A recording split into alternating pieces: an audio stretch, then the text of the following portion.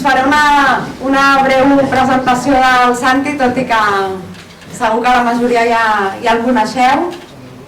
El Santi viu a Tunísia, és un gran coneixedor del món àrab, porta tots aquests anys fent un esforç molt important per intentar explicar què està passant a la regió des de dintre, acostant-se i transmetent-nos totes les contradiccions i tota la riquesa del procés. I ho ha fet sense intentar donar lliçons, sense situar-se per sobre de les lluites com fan molts intel·lectuals, sinó intentant participar des de dins i que coneguéssim fora dels tòpics i fora de les distorsions, doncs difondre el que estava pasando. En fin, buenos días. Pues a mí me gustaría hacer un breve relato de lo que creo que ha ocurrido y inmediatamente después de lo que a mi juicio está ocurriendo ahora.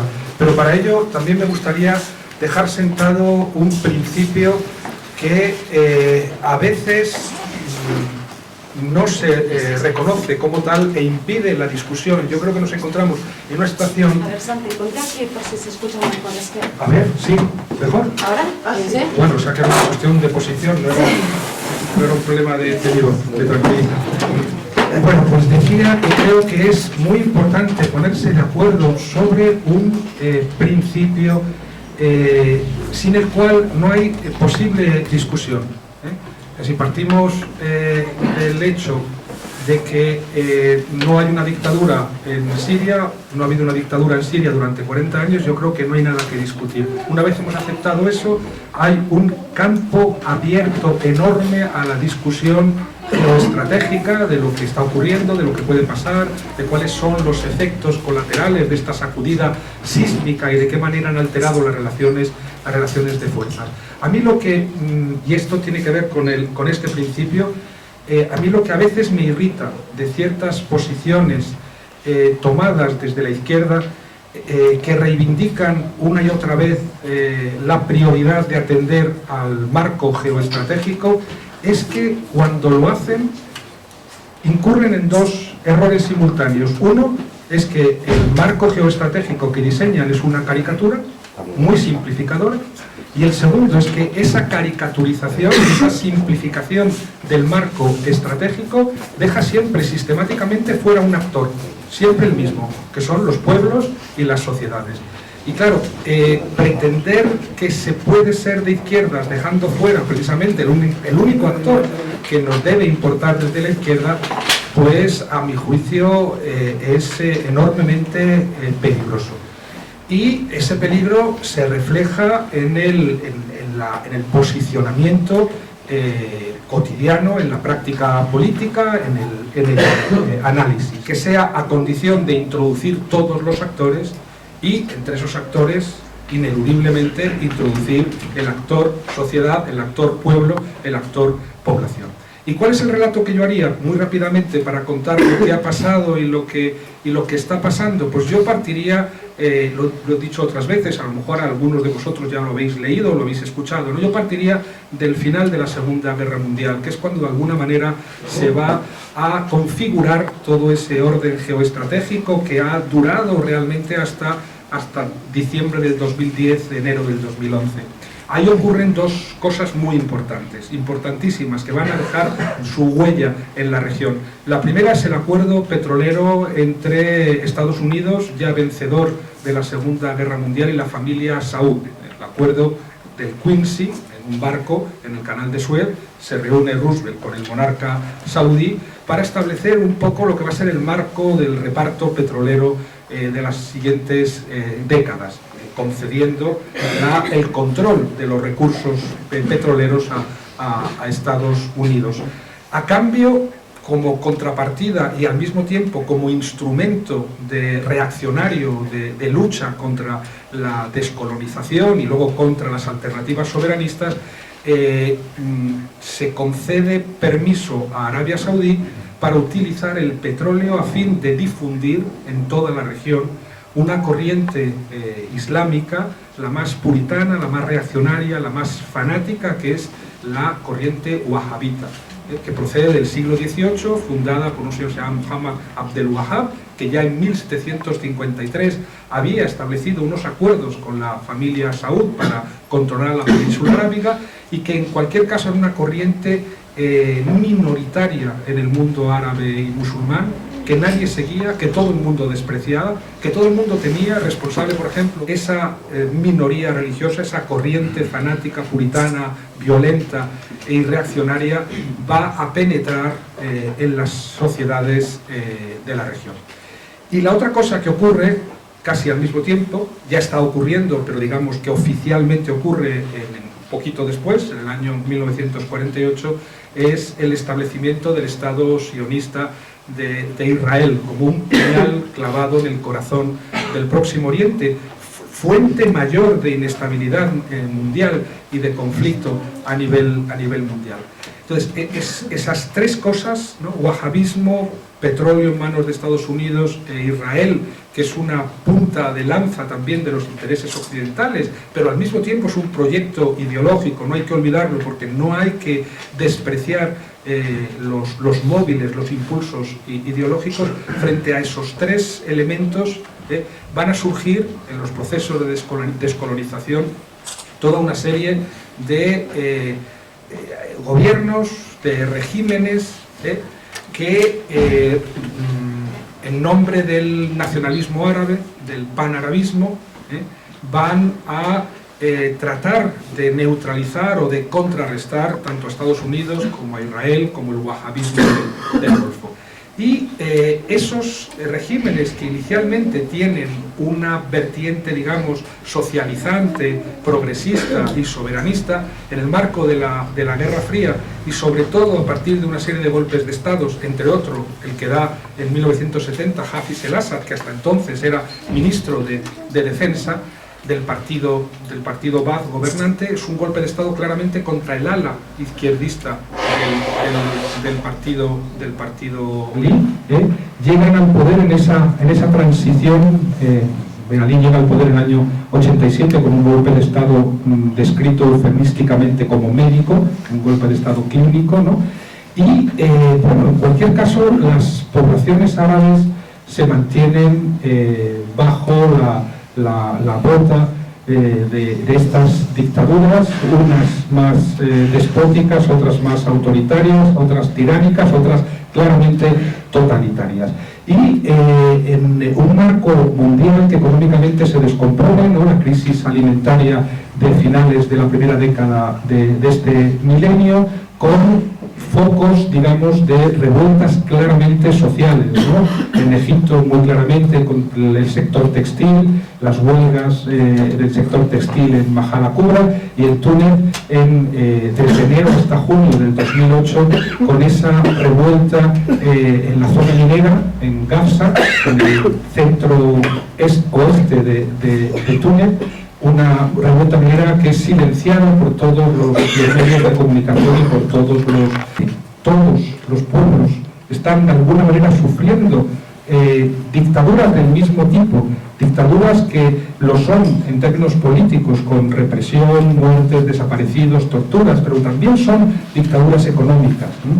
En toda la década, toda la primera década de este milenio, en todos estos países, pero también Bashar el-Assad en Siria y Libia, Gaddafi, que se integra mansamente en los planes de liberalización económica del Fondo Monetario Internacional, hasta el punto, no olvidemos, de que en enero del 2011, poquitas semanas antes de que empiece la revuelta en Benghazi, el director del Fondo Monetario Internacional felicitó a Gaddafi por los cambios que estaba introduciendo en el país. Digo, todos estos países en los últimos años habían aplicado medidas neoliberales de privatización de la economía. En el caso de Siria hay que recordar la supresión de subsidios agrícolas, de prestaciones sociales y la privatización de empresas nacionales en beneficio de una pequeña red familiar mafiosa, como en el resto del mundo árabe,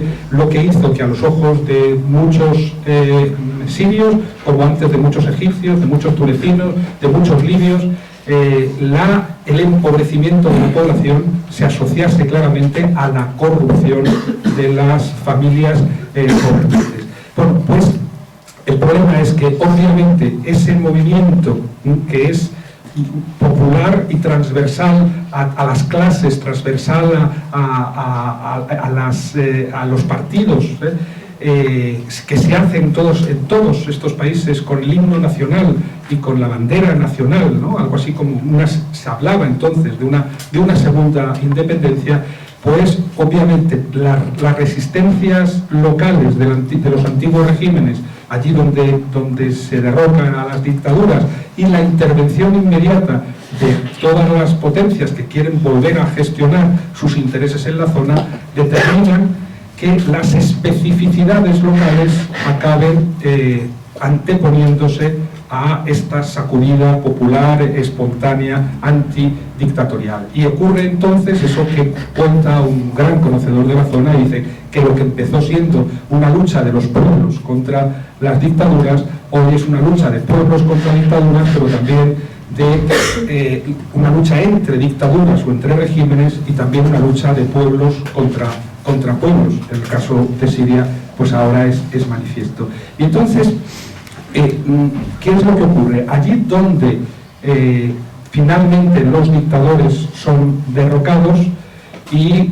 digamos que se produce una normalización política en términos occidentales, de democracias formales, que yo no voy a desdeñar, desde luego, pues ocurre lo más previsible. Cualquiera que conociera mínimamente el mundo árabe debería saber que ni en Túnez, ni en Egipto, ni en Libia, ni en Siria, ni en Bahrein, ni en el Yemen había condiciones para que hubiera una revolución socialista.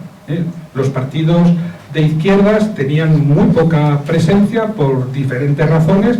La represión también, hay que recordar en efecto que tanto, digamos, las teocracias islámicas como las dictaduras nacionalistas árabes habían hecho por igual víctimas de su represión a los partidos comunistas, a los partidos marxistas, a las izquierdas árabes, desde Nasser a los partidos Baath que gobernaban Irak y Siria.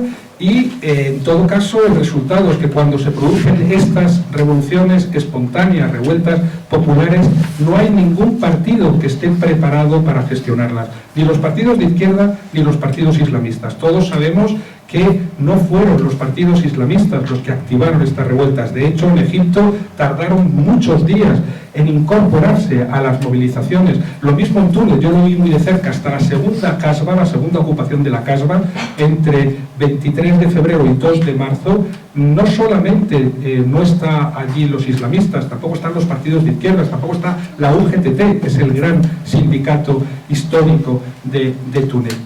Pero bueno, lo que sí es cierto es que cuando se convocan elecciones, allí donde no ha habido una revolución socialista, pues lo normal es que venzan las fuerzas que están mejor organizadas, que son las fuerzas islamistas, que ahora se llaman moderadas, para distinguirlas de otras fuerzas islamistas, lo que no está mal, porque es la primera vez que en Occidente se distingue entre distintas fuerzas islamistas, con una simplificación, con un cliché también, pero en cualquier caso es de agradecer que hayan empezado a distinguir entre fuerzas islamistas. Y ganan estas fuerzas islamistas. Todas estas fuerzas islamistas tienen un vínculo orgánico, aunque cada una de ellas mantiene su independencia, con el tronco común. El tronco común son los hermanos musulmanes, que es una cofradía musulmana islamista que nace en 1927 en Egipto, y que durante su historia pues ha experimentado distintos cambios y ha pactado con distintas fuerzas.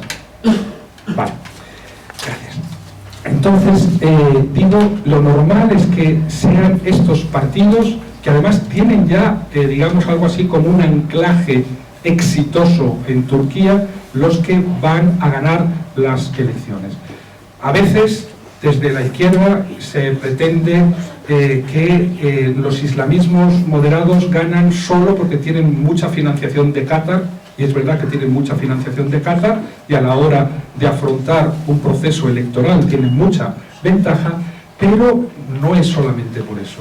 Yo en Túnez puedo decir que los islamistas son los que habían trabajado más sobre el terreno, en los barrios más desfavorecidos, en las regiones más castigadas económicamente, y además habían tenido 30.000 presos políticos a lo largo de la dictadura de Ben Ali, con las consecuencias sociales que ello tiene, es decir, familias muy extensas, cada una de las cuales tenía o había tenido en algún momento un preso político. Y por lo tanto, digamos que estaban mucho más asentadas estos grupos islamistas que las fuerzas de izquierdas, salvo, por ejemplo, en Túnez, en la cuenca minera, donde sí había una fuerte presencia de los partidos que hoy forman parte del Frente Popular. En cualquier caso, ganan los islamistas.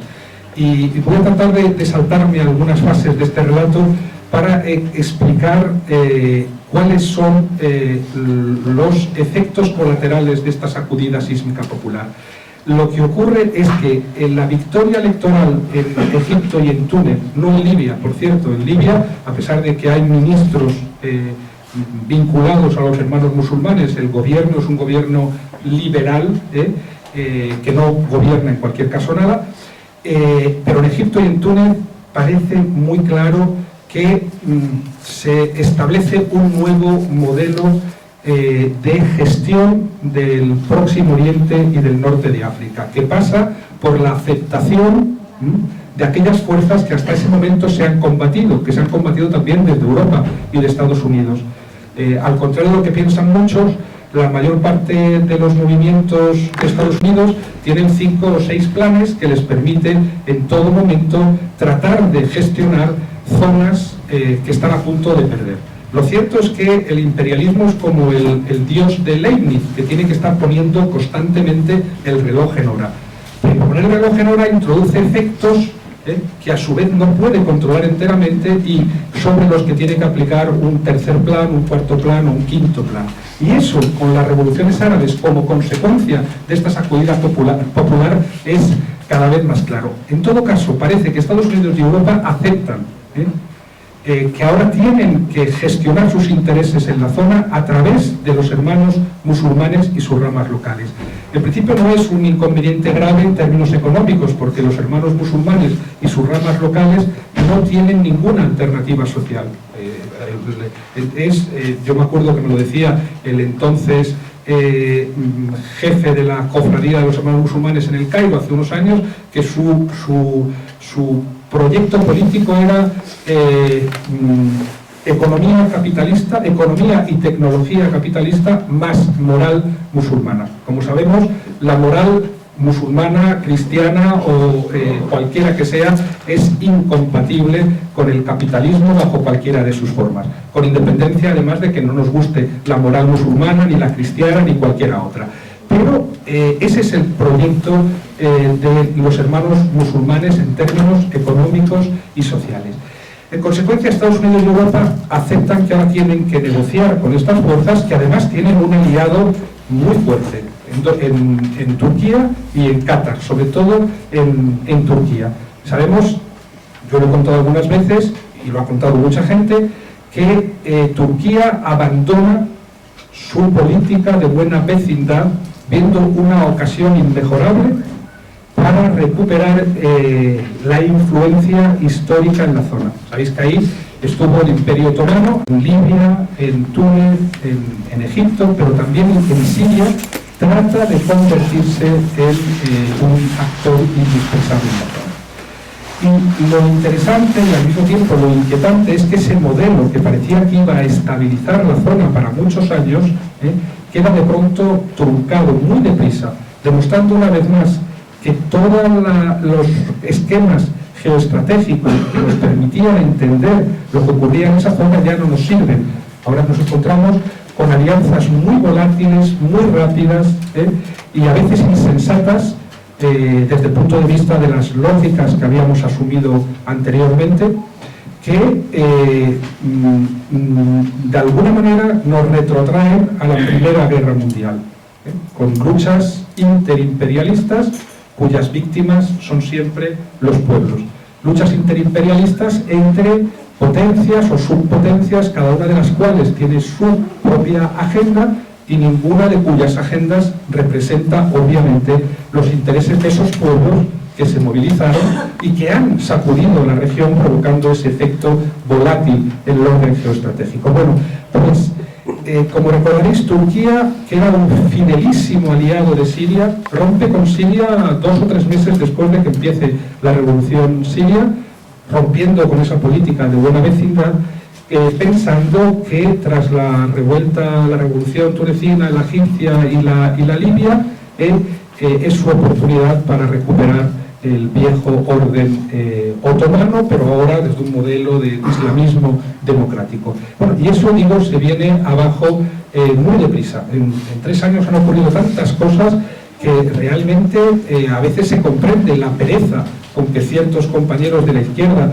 abordan esa complejidad. Es más fácil aplicar un esquema y creer que lo sabes todo, pero lo cierto es que esa complejidad es a veces bastante inaprensible.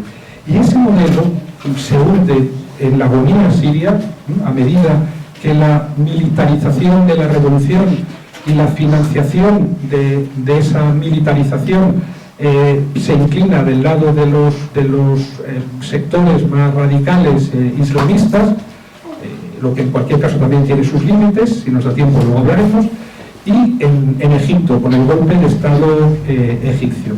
El golpe de Estado egipcio es un golpe de Estado, aquí también hay que tener mucho cuidado, no es un golpe de Estado estadounidense y no es exactamente un golpe de Estado anti-islamista, es un golpe de Estado anti-hermanos musulmanes y es un golpe de Estado apoyado, si no promovido, por Arabia Saudí y los Emiratos. ¿Por qué? Porque Arabia Saudí y los Emiratos, al contrario de lo que se piensa, tienen una relación, han tenido una relación muy mala con Qatar y con los hermanos musulmanes. Entre otras cosas porque lo que ha amenazado durante las llamadas primaveras árabes a esos países, donde también ha habido agitaciones, sacudidas y movilizaciones, han sido precisamente los hermanos musulmanes. Cualquiera que siguiera, por ejemplo, los periódicos egipcios bajo el gobierno de Morsi, se daba cuenta de esta tensión formidable, ¿no? Incluso con retiradas de embajadores, del embajador de los Emiratos, con choques con Arabia Saudí. Y este es un choque entre Arabia Saudí y Qatar y entre Arabia Saudí y los hermanos musulmanes que se remonta al año 79, a la revolución iraní, y luego en el 91 a la distinta posición que Arabia Saudí y Qatar y los hermanos musulmanes adoptan frente a la primera intervención de los Estados Unidos en Irak. Por lo tanto, es un golpe de Estado contra los hermanos musulmanes. Quiero recordar que el partido salafista Nur ha apoyado y sigue apoyando a la Junta Militar, ha apoyado la Constitución, esa Constitución democrática. Los Emiratos ofrecieron inmediatamente 12.000 millones de dólares para compensar una eventual suspensión de la ayuda militar estadounidense, que sabéis, Egipto es, después de Israel, el que más ayuda militar y económica recibe en la región. Pero para que veáis la complejidad de las relaciones del nuevo orden geoestratégico, no solamente Arabia Saudí y los Emiratos apoyaron ese golpe de Estado, ese golpe de Estado lo ha apoyado Israel. De hecho, Israel presionó a Estados Unidos, que recordáis, estuvo dudando durante muchos días si era un golpe de Estado o era otra cosa, y fue Israel quien obligó a Estados Unidos a no suspender, sino formalmente, algunas ayudas muy laterales que no significaban nada, y otro gran sostenedor del golpe de Estado de Sisi fue Siria, la Siria de Bashar al-Assad. De pronto nos encontramos ahí, para los que les gustan las asociaciones fáciles y automáticas, ¿no? Nos encontramos con un golpe de Estado anti-hermanos musulmanes apoyado por Arabia Saudí, Israel y Siria. A ver cómo encajamos eso. Entonces, digo, ese modelo se viene abajo y parece que este tsunami contrarrevolucionario contra hermanos musulmanes va a sumergir también en la cuna de todos estos movimientos populares que, como recordáis, fue Túnez. Túnez no tiene una importancia geoestratégica decisiva en términos de recursos. Tiene un poquito de petróleo, tiene un poquito de gas, pero ni siquiera suficiente para abastecer el país, pero sí que tiene una importancia geoestratégica simbólica fuerte, por muchos motivos. Ya jugaba un papel más importante de lo que pensábamos bajo Ben Ali, y desde luego después de que comiencen allí las revoluciones populares se convierte en un foco de irradiación simbólica muy poderoso. En octubre, cuando se cumplían 2 años de las elecciones para la constituyente, el 23 de octubre del 2011, yo mismo estaba convencido de que se iba a aplicar el modelo egipcio a Túnez. Hubo toda una serie de indicios que apuntaban claramente a una solución a la egipcia. Recordáis que el día 30 de junio, 1 de julio, fue el golpe de Estado en Egipto. El 25 de julio en Túnez matan a Mohamed Brahmi, que era otro líder del Frente Popular, la coalición de la izquierda tunecina, y además diputado de la Asamblea Constituyente, uno de los pocos diputados del Frente Popular en la Asamblea Constituyente. Entre el 2 de julio, golpe de Estado egipcio, y el 25 de junio, ya en un sector de la oposición tunecina, tanto de izquierdas como de derechas, que todavía no valora lo que realmente ha ocurrido en Egipto, se instala un poco la idea de buscar un atajo por la vía del golpe militar o policial. Y en octubre parece que esa tentación golpista va a cuajar. La oposición pide la disolución de la Asamblea Constituyente, que es el gran logro de la revolución tunecina, y pide la disolución del gobierno, la formación de un gobierno de tecnócratas que redacte una constitución de sabios, un modelo bastante poco democrático, ¿no? Y es extraño que un sector de la izquierda lo pidiera. Y en octubre, en torno al aniversario de las elecciones, se producen una serie de movimientos, de atentados también, que hacen temer que un golpe de Estado inminente. Se tienta al ejército. El ejército tunecino no es como el ejército egipcio, que es el pilar, la columna vertebral del régimen. Se tienta a la policía, cuyo aparato ha sido el verdadero corazón de la dictadura. Hay una pequeña insubordinación por parte de la Guardia Nacional, pero finalmente yo creo que la intervención de la Unión Europea, de la UGTT y de la patronal tunecina impiden ese golpe de Estado, y aunque desplazan parte de la legitimidad desde la Asamblea Nacional a una cosa que se llama diálogo nacional, en la que participan todos los partidos, incluso sin representación parlamentaria, pero que deja fuera todas las demandas de la población, pues se evita el golpe de Estado, digamos, y además se acelera la aprobación de la Constitución, que acaba de ser aprobada. La cuestión tunecina es una cuestión liberal, no podía ser revolucionaria, es una cuestión liberal, pero cuya importancia simbólica yo estoy dispuesto a defender. A mí me ha emocionado la aprobación de la cuestión tunecina. ¿Por qué? Porque tiene un doble valor. Primero, el valor de su contenido mismo, donde se reconocen por primera vez algunos derechos fundamentales que tienen que ver, por ejemplo, también con la libertad de culto, con la libertad de conciencia, desde luego con la libertad de expresión, con la igualdad de género, incluso con la paridad de género en los órganos electos, con el derecho a huelga, con el derecho al agua, en fin, una constitución decente en términos liberales, pues homologable a las constituciones de las que tanto se jactan los gobiernos europeos, pero a mi juicio tiene otro valor simbólico añadido, y es el hecho de que se aprueba bajo un gobierno islamista. Yo creo que tiene valor el comparar. Se aprueban casi al mismo tiempo la egipcia y la tunecina, y la egipcia se aprueba después de un golpe de Estado, una constitución patrocinada por una junta militar represiva, asesina, y cuyo resultado es una constitución islámica y además militar. Y del otro lado tenemos un gobierno islamista que aprueba la primera constitución liberal del mundo árabe. Y esto tiene mucha importancia porque yo siempre he insistido, y puede ser desde plazo, no a largo plazo, pensando a medio plazo en cambios estructurales profundos, porque, como he dicho, los hermanos musulmanes, estos que llamamos islamismos moderados, no tienen ninguna respuesta para las demandas sociales y económicas que junto a las políticas estuvieron en la raíz de la sacudida popular sísmica del 2011-2012. Y por lo tanto, lo que no podemos hacer, lo que para mí es una catástrofe y es un retroceso inquietante, es volver a la vieja dinámica de dictaduras militares que reprimen el islamismo, que se radicaliza, que se vuelve violento, alimentando estos ciclos de dictadura, represión, criminalización, violencia, que son los que han justificado, incluso a los ojos de Occidente, el establecimiento de dictaduras férreas sobre estos pueblos. Por lo tanto, es una luciérnaga en medio de esta oscuridad ahora creciente en la aprobación de una constitución liberal bajo un gobierno islamista en Túnez, donde nació la revolución. Es una luciérnaga en medio de la oscuridad que potencialmente puede irradiar nueva luz sobre procesos que en cualquier caso, y recogiendo lo que decía Cristina, que ya me va a amenazar y no hace falta, me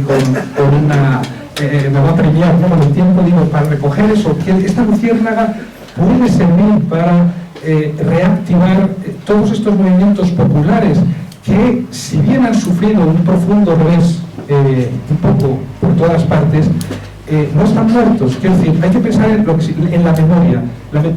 Yo creo que sería ingenuo y además sería casi contraproducente el hacernos falsas ilusiones. Tenemos que tener algún criterio para determinar cuándo los pueblos progresan en sus luchas y cuándo retroceden. Evidentemente, la agonía siria y el golpe de Estado egipcio son claros retrocesos en las luchas populares que se desencadenaron en el 2011. Pero al mismo tiempo hay que tener en cuenta también que no es indiferente que esas luchas populares estallaran y consiguieran triunfos muy rápidos en algunos sitios después de haber permanecido silenciadas, petrificadas bajo el hampa de las dictaduras. ¿Por qué? Porque la memoria cuenta. Quiero decir, si fijaros que todavía en el Estado español pensamos, y apenas ocurre un retroceso, pensamos incluso en la Constitución de Cádiz de 1812, que si la leéis, pues os dais cuenta de que es absolutamente, no sé, está absolutamente trasnochada, pero ahí queda ese recuerdo. Entonces, a nivel simbólico, tener el recuerdo, un asidero en la memoria de esa Constitución liberal, por un lado, y de todos esos movimientos, pensamos en Tahrir, la potencia de la imagen de Tahrir. Es decir, hay dos Tahriros, o hay 1000 Tahrires, pero en todo caso Tahrir lo que supone es de pronto la potencia de los pueblos, de un pueblo decidido a enfrentarse a la dictadura, incluso con Morsi. Quiero decir, ese pueblo que estaba en Tahrir era un pueblo convencido de su poder. Y yo creo que ese es un cambio fundamental también, es un hito histórico, es la memoria del poder de los pueblos, la memoria del poder de las sociedades queda ahí fijada para siempre.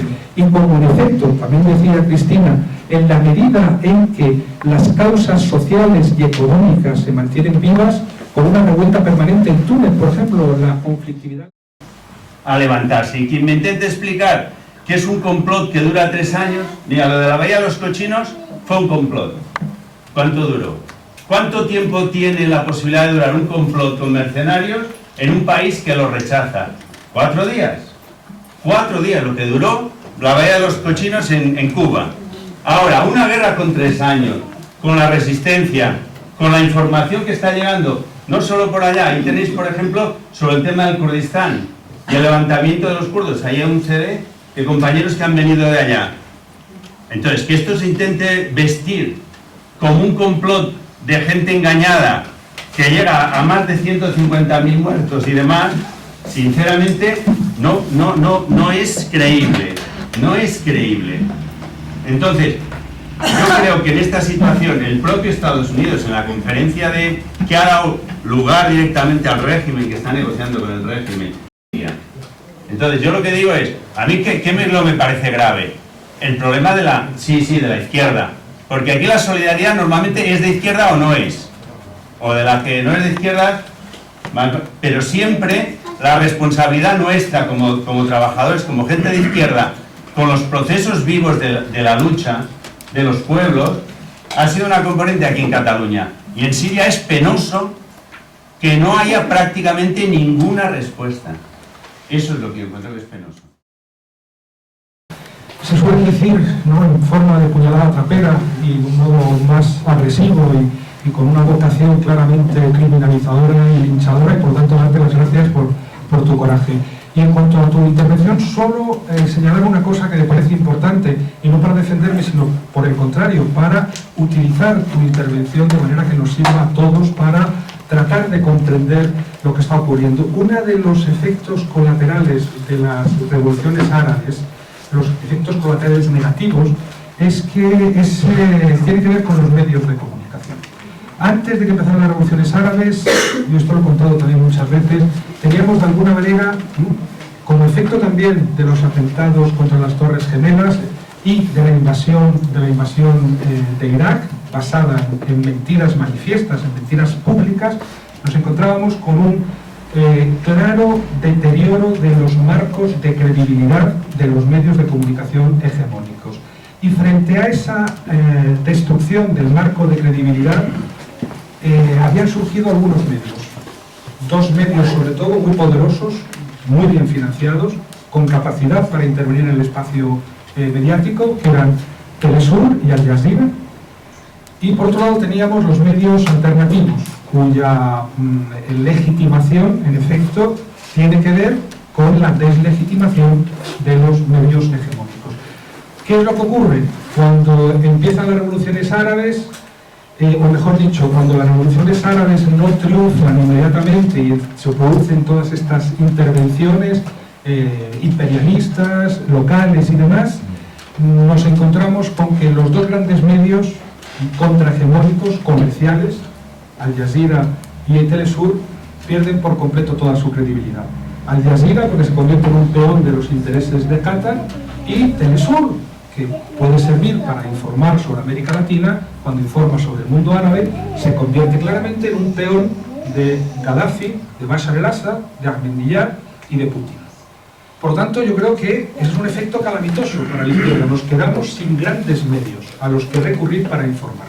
Y los medios alternativos, pues ocurre un poco lo mismo, pero más trágico, porque los medios alternativos no tienen medios, valga la redundancia, para producir su propia información. Y la mayor parte de las veces lo que hacen es sencillamente invertir mecánicamente lo que cuentan los medios hegemónicos, dando por supuesto que los medios hegemónicos, para empezar, responden todos a una especie de directriz que se ha decidido en no sé qué cámara oscura, entre todos los redactores jefes del Le Monde, del País, del New York Times y demás, y también porque los medios hegemónicos y los intereses que ellos defienden son muy sutiles y muchas veces utilizan la verdad. Yo he citado a menudo esa frase de Sartre que decía: el poder utiliza la verdad cuando no tiene una mentira mejor.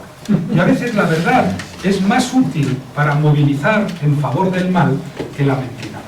¿Y qué ha ocurrido? Que los medios alternativos se han convertido en espejos negros de la manipulación hegemónica, con un resultado, a mi juicio, muy parecido al de los medios hegemónicos, solo que a veces mucho menos sutil. Y te puedes encontrar de pronto que para combatir las presuntas mentiras y manipulaciones de los medios hegemónicos, desde los medios alternativos se ha mentido más y mejor. Por ejemplo, una bomba nuclear de baja intensidad arrojada por la OTAN sobre la tribu Beni Warfada en Libia, que solo tiene 950.000 personas, así que una bomba nuclear de baja intensidad habría matado a 950.000 personas en Libia. Y por lo tanto, tenemos que empezar por reconstruir esos marcos de credibilidad. Y no se pueden construir los marcos de credibilidad con mentiras o con manipulaciones. Hay toda una serie de buenos periodistas que trabajan en muy malas condiciones. Aquí tenemos a David Meseguer, que se han jugado el tipo para contarnos lo que pasa, con honestidad y en condiciones laborales muy complicadas, que es otro problema de los medios de comunicación. Y yo lo que querría es que esas voces no se desestimaran de entrada porque han encontrado un huequecito en no sé qué periódico que tienen no sé qué intereses en no sé dónde. Porque de otra manera, lo único que podemos oponer a discursos manipuladores son otros discursos manipuladores, pero con menos medios para que produzcan efectos. Y el único efecto que tiene al final es que tú intentes hacerme daño a mí sin introducir ningún efecto de conocimiento real en un debate que está enteramente abierto y que debe continuar. Eso por lo que se refiere a los medios de comunicación y a la calamidad que ha supuesto la respuesta de un cierto sector de la izquierda a las manipulaciones que sin duda existen de los medios hegemónicos. Bueno, pues volviendo a esto muy rápidamente, yo creo que el Líbano en estos momentos son todos los eslabones débiles en esta cadena. El problema es Hezbollah. Hezbollah ha representado un interesantísimo importantísimo elemento en la lucha contra Israel. Y además, digo interesante por un motivo, porque siendo importante desde el punto de vista material en la defensa de Palestina y del Líbano, ¿no?, un Estado dentro del Estado, con su propio ejército, uno de los más fuertes, digamos, en la zona, pues era también un elemento integrador entre sunnismo y chiismo. Por ejemplo, Hezbollah tiene esa fuerte alianza con Hamas, que son los hermanos musulmanes palestinos, y Hezbollah era considerado un héroe en todo el mundo árabe, tanto el chií como el suní. Su participación, su intervención directa sobre el terreno en Siria ha generado un efecto también catastrófico. De pronto un partido, no olvidemos, partido de Dios, por lo tanto también islamista, un partido que representaba de alguna manera la lucha, la resistencia contra Israel a los ojos de todos los árabes y de todos los musulmanes con independencia de sus creencias religiosas, de pronto se alinea claramente con Irán, que en la propia zona no es siempre visto con agrado, y lo hace además en el contexto de una revolución para matar, para combatir sobre el terreno en lo que es también una intervención militar que nadie puede negar. Y eso ha generado que Hezbollah se convierta a los ojos de muchos sirios y de muchos árabes, haya dejado de ser ese héroe, digamos, ecuménico que representaba a todos los árabes, para convertirse en un aliado estricto de Irán, en un proyecto sectario. O sea, realmente en Túnez lo que ocurrió fue que se utilizó la democracia contra la revolución. Y esto es una paradoja. Pero en la Casbah 2, que es cuando de pronto entran todos los partidos, la OGTT, la Orden de los Abogados, los islamistas, lo que ocurre es que de alguna manera se aborta prematuramente todo un proceso de autoorganización que estaba en embrión en la plaza. Digamos, estas cosas ocurren en la historia, como una conquista real es al mismo tiempo el abortamiento de un proceso que podía haber llegado más lejos. Yo creo que las élites tunecinas y naturalmente la intervención exterior entienden que la mejor manera de que no vaya más lejos eso es conceder algo, y conceder la Asamblea Constituyente, que insisto, es muy importante. La pregunta, que es de ciencia ficción en cualquier caso, es saber si de haber continuado ese proceso en ese momento no habría sido peor. Yo retrospectivamente tiendo a pensar que si no hubieran intervenido la UGTT, los partidos y las élites, probablemente el resultado habría sido muy parecido al que ya se había producido en la primera Casbah, ¿no?, con una represión fortísima, la disolución de la plaza y con algún retroceso. Yo creo que ahí más el problema ya es político, es decir, hablaba del entusiasmo Cristina, en efecto, cuando se forma el primer frente de izquierdas, e incluso cuando el segundo frente de izquierdas tiene a su disposición un capital simbólico y político trágico, que es el del asesinato de Shukri Belaid, y de alguna manera juega mal sus cartas. Yo lo digo con modestia, pero vivo allí desde hace 15 años, he militado con ellos, yo digo con toda la modestia del mundo que creo que han jugado mal sus cartas. Y la segunda vez muy claramente cuando, como contaba antes, a partir de un cierto momento, siguiendo el modelo egipcio, se alían con la derecha en ese Frente Nacional de Salvación para intentar la vía del golpe de Estado. Pero sí que creo que, si bien era difícil no abortar o llevar más adelante ese proceso de autoorganización que aborta, digamos, la democracia, sí que la izquierda podía haber jugado, y todavía puede jugar, y no a larguísimo plazo, a medio plazo, utilizando las luchas sociales y manteniéndose equidistante de la derecha laica y de la derecha islamista, puede imponer las condiciones para transformaciones en Túnez, muy claramente, en otros países menos, de transformaciones más estructurales. Después, lo de Bahrein, creo que es importantísimo. Bahrein es así, a todos se nos olvidó, por ejemplo, que hubo una intervención militar de Arabia Saudí en Bahrein. Se nos olvida que hay una estructura social en la que las desigualdades sociales se corresponden casi estrictamente con desigualdades también doctrinales, ¿no? Está ahí la separación entre sunismo y chiismo, determina que el jeque, el gobernante, sea suní, mientras que la mayoría de la población es chií. ¿Qué ha ocurrido en Bahrein? Que una revolución también que era absolutamente transversal por la democracia, acordaos de la Plaza de la Perla, ¿no? Que fue destruida por el régimen para que no se pudieran reunir ahí los manifestantes, pues se ve de pronto aislada del resto del mundo árabe y en el avispero de una guerra entre Arabia Saudí e Irán, lo que también de alguna manera deforma esa lucha, que en cualquier caso sigue muy viva a espaldas de los medios de comunicación, tanto hegemónicos como alternativos, que no nos ocupamos de ella. Después, rápidamente, sí, es muy importante también esto de la solidaridad y de tratar de romper.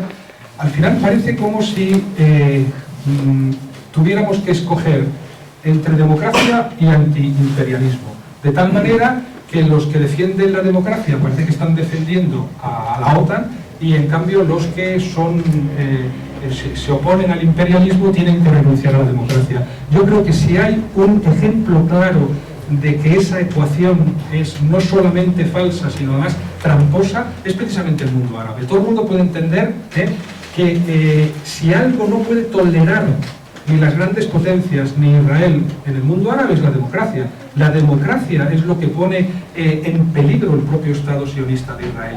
Y por lo tanto, ese juego es un juego muy sucio, en virtud del cual tanto sectores de la derecha como sectores de la izquierda han tratado de inducir esa falsa ecuación y esa falsa contradicción a fin de impedir la solidaridad de las izquierdas mundiales con estos procesos revolucionarios.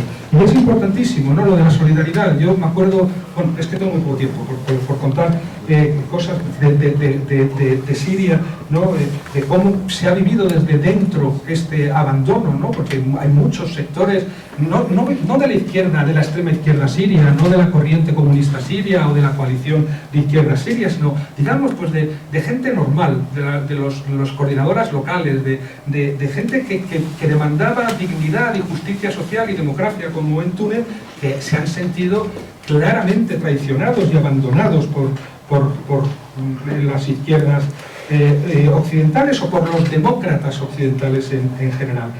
Terrible.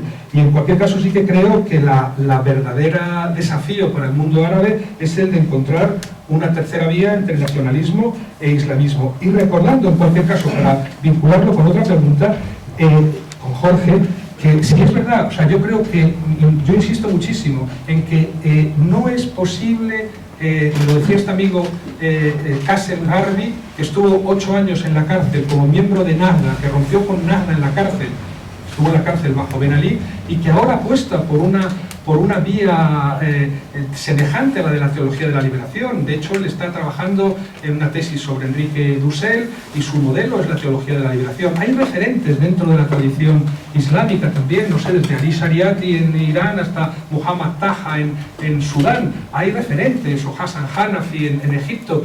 Y este hombre dice, insiste, yo creo que tiene toda la razón, que el error de la izquierda tunecina, el error de los comunistas tunecinos, han pensado que la única posibilidad de llegar al socialismo pasaba por vaciar las mezquitas, cuando de lo que se trata es de predicar el socialismo en las mezquitas, de desplazar hacia la izquierda esa hegemonía cultural. Él, de hecho, es absolutamente chavista, y os repito, es un tío que ha estado como islamista en la cárcel 8 años, y es absolutamente chavista, y él siempre recuerda que Chávez entendió muy bien eso, y que siempre citó más los evangelios que a Karl Marx, y consiguió realmente desplazar de alguna manera la hegemonía cultural hacia posiciones de izquierdas. Y yo creo que eso, si no se entiende eso...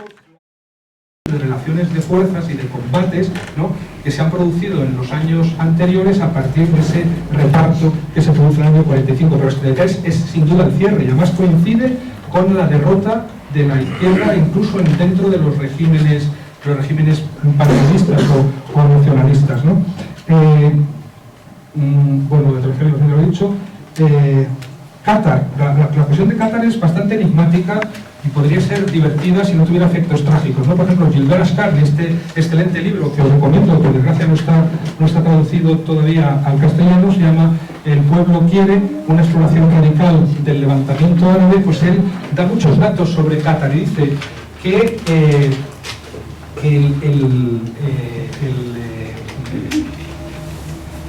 el sultán de Qatar, que sabéis que acaba de dejar el poder hace unos meses en favor de su hijo, pues es un personaje particular, que al contrario que otros jeques petroleros que son aficionados a coleccionar coches y a coleccionar mujeres, pues él era, sin embargo, lo que le gustaba era la política exterior, era el obseso de la política exterior. Y si seguís un poco la historia de Qatar en los últimos 20 años, en el 95 se inventa Al Jazeera, como un evidente instrumento de intervención en el mundo árabe, y es muy curioso porque tiene una política muy errática, ¿no? Pasa de financiar a Hezbollah en el 2006, al año siguiente establecer contactos con Israel, al año siguiente a convocar una reunión en el 2009 en la que participan Bashar el-Assad, Ahmadinejad y otros, digamos, resistentes de la zona, y bueno, pues es un obseso de la política exterior. Y lo que en cualquier caso ocurre, y la abdicación en su hijo yo creo que tiene que ver con eso, es que cuando el modelo de los hermanos musulmanes se viene abajo, se presiona a Qatar para que modifique su política. Que es lo mismo que pasa con Turquía. Ahora vemos a Turquía, que no son casuales todos estos problemas, las acusaciones de corrupción, el debilitamiento de su gobierno, como consecuencia de su fracaso, del fracaso de su política exterior y de su fracaso en Siria. Y está reculando, ahora no sé si lo sabéis, pero ha habido dos viajes, uno del ministro de Asuntos Exteriores iraní a Estambul y otro del ministro de Asuntos Exteriores turco a Irán. Hay una revisión turca de la política, como sabemos siempre, las víctimas serán los sirios. Pero para los que también quieren interpretar la geoestrategia siempre en dos bloques, que se sepa que en estos momentos hay negociaciones también entre Irán y Turquía. Y desde luego las conversaciones entre Estados Unidos e Irán sobre el programa nuclear han tenido como telón de fondo Siria. Eso pues puede abrir una pequeña esperanza, no lo sé. Creo que en cualquier caso en estos momentos de lo que se trata es de llevar un mínimo alivio a la población siria. Creo en cualquier caso que ninguna negociación va a tener el menor atisbo de éxito si no se quita del medio a Bashar el-Assad, aunque solo sea como símbolo que permita a una oposición muy desunida negociar. Y creo que los únicos que pueden conseguir que Bashar el-Assad se vaya son Rusia e Irán. Estas negociaciones, pues obviamente tendrán contrapartidas. Si Estados Unidos consigue convencer a Rusia e Irán de que presionen a Bashar el-Assad para que se marche, pues Estados Unidos tendrá que dar algo a cambio. Y obviamente, pues ningún izquierdista, ningún comunista puede sentirse tranquilo cuando los que están negociando son la cabeza del imperio, Putin, y el islamismo iraní. No creo que ahí en esas negociaciones tengan nada que ganar realmente los pueblos, salvo en este momento quizá